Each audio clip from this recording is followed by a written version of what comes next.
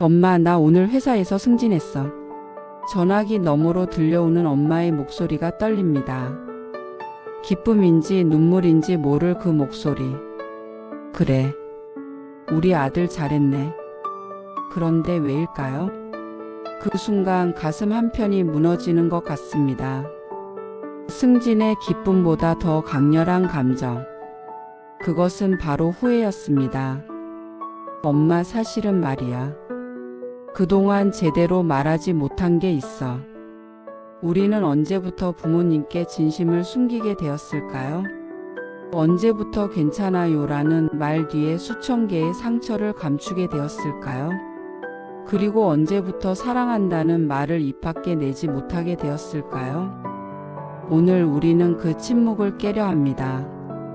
성인이 된 자녀들이 부모님께 드리는 편지. 그 안에는 수십 년간 쌓인 후회, 원망, 그리움, 그리고 무엇보다 용서와 화해의 메시지가 담겨 있습니다. 이 편지들은 누군가의 이야기가 아닙니다. 바로 당신의 이야기일 수도 있고, 우리 모두의 이야기일 수도 있습니다. 서울에 사는 김민준 씨 38세. 그는 10년 만에 처음으로 아버지께 편지를 썼습니다. 펜을 잡은 손이 떨렸다고 합니다. 아버지, 저는 당신이 무서웠습니다. 매번 100점을 받아도 왜 1등은 못했냐고 물으시던 그 눈빛, 학교에서 상을 타면 이 정도로 자만하냐며 꾸짖으시던 목소리. 저는 한 번도 아버지를 기쁘게 해드린 적이 없다고 생각했습니다. 그래서 저는 더 이상 아버지께 무언가를 보여드리려 하지 않았습니다. 승진도, 결혼도, 손주의 탄생도 아버지는 항상 마지막에 알게 되었죠. 하지만 아버지, 이제야 알겠습니다. 당신의 그 엄격함은 사랑이었다는 것을. 당신이 평생 가난 속에서 고생하셨기에 아들만큼은 그런 삶을 살지 않길 바라셨다는 것을. 당신의 방식이 서툴렀을 뿐 사랑은 진심이었다는 것을. 민준 씨는 말합니다. 이 편지를 쓰면서 30년 동안 가슴에 품고 있던 돌덩이가 조금씩 녹아내렸다고. 그리고 처음으로 아버지의 삶이 보였다고 합니다. 어쩌면 우리는 부모님의 사랑을 이해하기까지 평생이 걸리는지도 모릅니다. 그들의 서툰 표현 방식 뒤에 숨은 진심을 발견하기까지. 부산에 사는 박지혜 씨 35세. 그녀의 편지에는 뜻밖의 고백이 담겨 있었습니다. 엄마, 저는 언니가 미웠습니다. 아니, 정확히는 언니를 칭찬하시는 엄마가 미웠습니다. 언니는 공부도 잘하고, 언니는 착하고, 언니는 예쁘고. 저는 한 번도 그 앞에 제 이름이 놓인 적이 없었습니다. 그래서 저는 엄마와 정반대의 길을 걸었습니다. 엄마가 원하지 않는 친구들을 사귀고, 엄마가 싫어하는 옷을 입고, 엄마가 바라지 않는 직업을 선택했습니다. 그것이 제가 엄마께 저항할 수 있는 유일한 방법이었으니까요. 하지만 엄마, 35년이 지난 지금 저는 고백합니다. 제가 정말 원했던 것은 반항이 아니었습니다. 단 한 번이라도 제 이름을 불러주시는 것. 지혜는 지혜대로 특별해, 지혜는 지혜만의 매력이 있어라는 그 한마디였습니다. 그리고 이제야 깨달았습니다. 엄마가 언니를 칭찬하신 것은 저를 사랑하지 않아서가 아니라 그것이 엄마가 저희를 키우는 유일한 방법이었다는 것을. 엄마 역시 할머니께 그렇게 잘하셨으니까요. 지혜 씨는 이 편지를 쓴 후 어머니께 처음으로 전화를 걸었다고 합니다. 그리고 물었습니다. 엄마, 나는 어땠어요? 나는 엄마한테 어떤 딸이었어요? 어머니는 한참을 울다가 말씀하셨답니다. 너는 엄마한테 늘 바라볼 수 있는 밝은 빛이었어. 때론 우리가 평생 듣고 싶었던 말은 이미 부모님의 마음속에 있었는지도 모릅니다. 단지 서로 묻지 않았을 뿐. 대구에 사는 이수진 씨 42세. 그녀의 편지는 우리 사회의 아픈 현실을 드러냅니다. 아버지, 어머니, 저는 당신들이 원망스러웠습니다. 대학 등록금부터 시작해서 결혼 자금, 집 마련 자금, 제 친구들은 부모님께 도움을 받는데 저는 오히려 매달 생활비를 보내야 했으니까요. 아니, 보내야 한다는 죄책감에 시달렸으니까요. 결혼식에서 남편 측 하객들이 신부 집에서는 뭐 해주는 거 없어요? 라고 물을 때 저는 부모님이 부끄러웠습니다. 그리고 그런 제 자신이 더 부끄러웠습니다. 하지만 아버지, 어머니 40대가 된 지금에야 깨달았습니다. 당신들이 제게 물려주신 것은 돈이 아니었습니다. 그것은 끝까지 포기하지 않는 근성이었고 어려움 앞에서도 웃음을 잃지 않는 긍정이었으며 없는 것보다 있는 것에 감사하는 마음이었습니다. 그리고 무엇보다 사랑은 돈으로 측정되지 않는다는 진리였습니다. 매일 새벽 일찍 일어나 저희를 위해 밥을 지으시던 어머니, 늦은 밤까지 일하시고도 제 숙제를 봐주시던 아버지. 그것이 바로 당신들이 주신 최고의 유산입니다. 수진 씨는 이 편지를 쓴 후 부모님 집을 방문했습니다. 그리고 처음으로 물었습니다. 평생 힘드셨죠? 아버지는 고개를 저으며 말씀하셨답니다. 너희들이 잘 자라줘서 고마웠다. 그것으로 충분했어.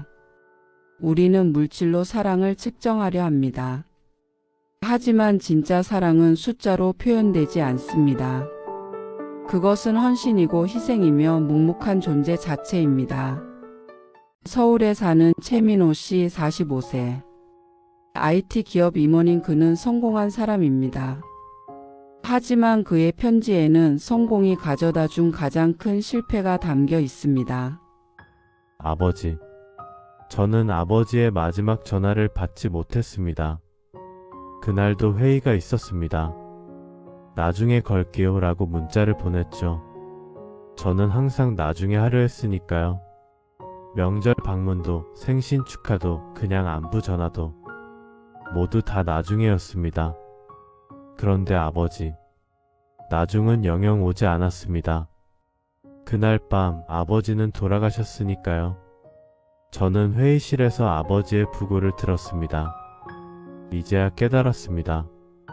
아버지가 마지막으로 전화하신 이유는 단순히 목소리가 듣고 싶으셨던 거였다는 것을, 특별한 일이 있어서가 아니라 그냥 아들과 이야기하고 싶으셨던 거였다는 것을. 아버지 용서해 주세요. 제가 너무 바보였습니다. 회의는 매일 있어도 아버지는 단 한 분이셨는데 그 중요한 순서를 제가 반대로 알고 있었습니다. 민호 씨는 이제 어머니께 매일 전화합니다. 아무 이유 없이. 그저 목소리를 듣기 위해. 그리고 말합니다. 엄마 오늘 뭐 하셨어요? 평범한 질문이지만 그 질문에는 2번 다시 놓치지 않겠다는 다짐이 담겨 있습니다. 우리는 중요한 것과 급한 것을 혼동합니다. 부모님은 중요하지만 급하지 않다고 생각하죠. 하지만 시간은 우리에게 2번째 기회를 주지 않습니다. 광주에 사는 정은영 씨 39세. 그녀의 편지는 우리가 당연하게 여겼던 모든 것에 대한 감사로 가득합니다. 엄마, 저는 한 번도 고맙다고 말하지 않았습니다. 제가 아플 때마다 밤새 간호해 주신 것에도, 도시락을 매일 싸주신 것에도, 비 오는 날 학교 앞까지 우산을 들고 오신 것에도 저는 당연하다고 생각했습니다. 엄마니까 당연히 그래야 한다고. 그런데 제가 엄마가 되고 나서야 알았습니다. 그 모든 것이 얼마나 힘든 일인지를, 아이를 위해 내 모든 것을 내려놓는다는 것이 얼마나 큰 사랑인지를. 엄마, 늦었지만 말하고 싶어요. 감사합니다. 제 인생의 모든 순간에 함께 해주셔서, 제가 넘어질 때마다 일으켜 세워주셔서, 제가 잘못된 길로 갈 때마다 바른 길을 보여주셔서, 그리고 무엇보다 엄마라는 이름으로 저를 사랑해주셔서 정말 감사합니다. 이제 제가 엄마를 사랑할 차례입니다. 제대로 진심으로. 은영 씨는 이제 자주 어머니를 찾아뵙니다. 그리고 함께 요리를 합니다. 어머니가 평생 해주셨던 그 음식들을 배우면서 그것은 단순한 요리법이 아니라 사랑을 표현하는 방법을 배우는 시간입니다. 감사는 말해야 전해집니다. 마음속으로만 간직한 감사는 영원히 상대에게 닿지 못합니다. 제주도에 사는 강태윤 씨 41세. 그의 편지에는 특별한 추억이 담겨 있습니다. 아버지 기억하세요? 제가 20살 때 함께 여행 가자고 하신 것을 저는 거절했습니다. 친구들과의 약속이 더 중요했으니까요. 25살 때도 30살 때도 저는 항상 다음에요라고 했습니다. 그리고 35살이 되었을 때 아버지는 더 이상 여행을 제안하지 않으셨습니다. 지난달 아버지가 입원하셨을 때 알았습니다. 아버지의 버킷리스트 1번이 아들과 함께 전국 여행하기였다는 것을. 그런데 그 여행은 이제 불가능해졌습니다. 아버지의 몸이 더 이상 허락하지 않으니까요. 아버지, 죄송합니다. 그리고 약속드릴게요. 아버지가 다시 걸을 수 있게 되면 제가 아버지의 손을 잡고 온 세상을 함께 걷겠습니다. 비록 멀리 가지는 못해도 우리 동네 공원이라도 매일 함께 산책하겠습니다. 태윤 씨는 지금 아버지와 함께 병실에서 작은 여행을 합니다. 세계 여행 영상을 함께 보면서 그리고 말합니다. 아버지, 우리 여기 꼭 함께 가요. 아버지는 고개를 끄덕이십니다. 그 눈빛에는 희망이 담겨 있습니다. 시간은 기다려주지 않습니다. 부모님과 함께 할 수 있는 시간은 우리가 생각하는 것보다 훨씬 짧습니다. 인천에 사는 윤서연 씨 36세. 그녀의 편지는 우리 모두에게 중요한 깨달음을 전합니다. 엄마, 아빠, 저는 두 분이 완벽하길 바랬습니다. 어릴 때부터 저는 부모는 모든 것을 알고 있어야 한다고 생각했습니다. 절대 실수하지 않고 항상 옳은 결정을 내리며 모든 문제를 해결할 수 있어야 한다고 믿었죠. 그래서 엄마가 울음을 보일 때, 아빠가 실직했을 때, 부모님이 싸우실 때 저는 실망했습니다. 어른이면서 왜 저래? 너 부모면서 왜 그것도 못해? 라고 생각했습니다. 하지만 제가 부모가 되고 나서야 깨달았습니다. 엄마, 아빠도 처음이었다는 것을. 부모가 되는 법을 배운 적이 없었고 매 순간이 시행착오였으며 당신들도 두려웠다는 것을. 죄송합니다. 그리고 감사합니다. 완벽하지 않았지만 최선을 다해주셔서, 답을 몰랐지만 함께 찾아주셔서, 약하신 모습을 보여주셔서, 저 역시 약해도 괜찮다는 것을 가르쳐 주셔서. 서연 씨는 이제 부모님을 다르게 봅니다. 완벽한 어른이 아니라 평생 배우며 성장하는 한 사람으로. 그리고 그 시선의 변화는 관계를 완전히 바꾸어 놓았습니다. 부모도 사람입니다. 실수하고 상처받고 두려워합니다. 그 인간적인 모습을 인정할 때 진정한 이해가 시작됩니다. 전주에 사는 한지우 씨 40세. 그녀의 편지는 세대 간 상처의 대물림을 끊어내는 용기에 대한 이야기입니다. 엄마, 저는 엄마처럼 되지 않겠다고 다짐했습니다. 엄마의 차가움, 엄마의 침묵, 엄마의 감정어가. 그 모든 것을 물려받지 않겠다고 맹세했죠. 저는 제 아이들에게는 다른 엄마가 되겠다고 결심했습니다. 그런데 40년이 지나 거울을 보니 그곳에 엄마가 있었습니다. 저도 아이에게 소리를 지르고 감정을 숨기고 사랑을 표현하지 못하고 있었습니다. 제가 그토록 피하려 했던 그 모습으로 이제야 깨달았습니다. 엄마도 할머니로부터 그렇게 배웠다는 것을. 할머니도 증조할머니로부터. 우리 가족의 여자들은 대대로 사랑을 표현하는 법을 배우지 못했다는 것을. 엄마, 저는 이 고리를 끊고 싶습니다. 당신을 용서함으로써 그리고 제 딸에게는 사랑을 표현하는 법을 가르쳐 주고 싶습니다. 안아주고 말해주고 보여주면서 우리 가족의 여자들이 처음으로 자유롭기를 바랍니다. 지우 씨는 이제 어머니와 함께 심리 상담을 받고 있습니다. 70대 어머니와 40대 딸이 함께 치유의 여정을 걷는 것입니다. 늦었지만 늦지 않았습니다. 용서는 과거를 바꾸지 못합니다. 하지만 미래를 바꿀 수 있습니다. 그리고 그 변화는 다음 세대에게 가장 큰 선물이 됩니다. 수원에 사는 오동현 씨 43세. 그의 편지는 사랑의 표현 방식이 사람마다 다르다는 깨달음을 담고 있습니다. 아버지, 저는 아버지가 저를 사랑하지 않는다고 생각했습니다. 한 번도 사랑한다고 말씀하신 적이 없으니까요. 안아주신 적도 칭찬하신 적도 거의 없었습니다. 친구들의 아버지는 아들과 농구도 하고 영화도 보러 가는데 우리 아버지는 늘 일만 하셨죠.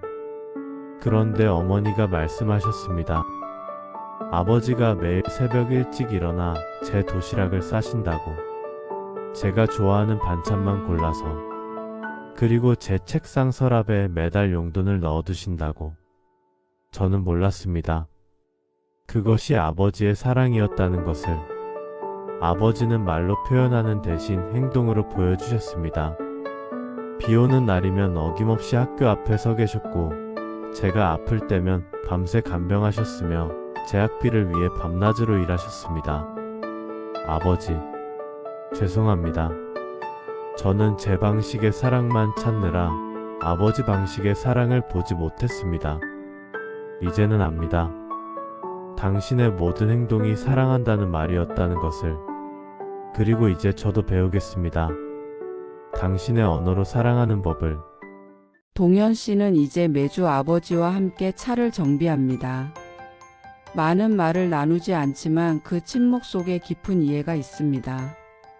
그리고 작별 인사를 할 때 이제는 아버지의 어깨를 두드립니다. 아버지도 아들의 어깨를 두드립니다. 그것이 그들만의 사랑한다는 말입니다. 사랑은 하나의 언어로만 표현되지 않습니다. 어떤 이는 말로, 어떤 이는 행동으로, 어떤 이는 침묵으로 사랑을 전합니다. 중요한 것은 그 다름을 이해하는 것입니다. 이 편지들을 쓴 사람들에게는 공통점이 있습니다. 그들은 모두 편지를 쓴 후 행동을 시작했습니다. 민준 씨는 매주 아버지와 산책을 합니다. 말없이 나란히 걸으며 때로는 아버지의 어린 시절 이야기를 듣습니다. 지혜 씨는 어머니와 함께 요리 수업을 듣습니다. 그리고 처음으로 어머니의 손을 잡고 엄마 사랑해라고 말했습니다. 수진 씨는 부모님을 모시고 작은 여행을 다녀왔습니다. 비록 1박 2일이었지만 그 시간은 평생의 추억이 되었습니다. 편지는 시작일 뿐입니다. 진짜 화해는 남은 시간을 어떻게 채우느냐에 달려 있습니다. 이제 당신의 차례입니다. 당신이 부모님께 하지 못한 말은 무엇인가요? 어쩌면 그것은 죄송합니다일 수도 있습니다. 청소년 시절 했던 무례한 말들, 성인이 되어 보이지 않았던 무관심, 바쁘다는 핑계로 미뤄왔던 안부 전화들. 어쩌면 그것은 감사합니다일 수도 있습니다. 당연하다고 생각했던 모든 헌신, 눈치채지 못했던 배려, 몰랐던 희생들. 어쩌면 그것은 사랑합니다일 수도 있습니다.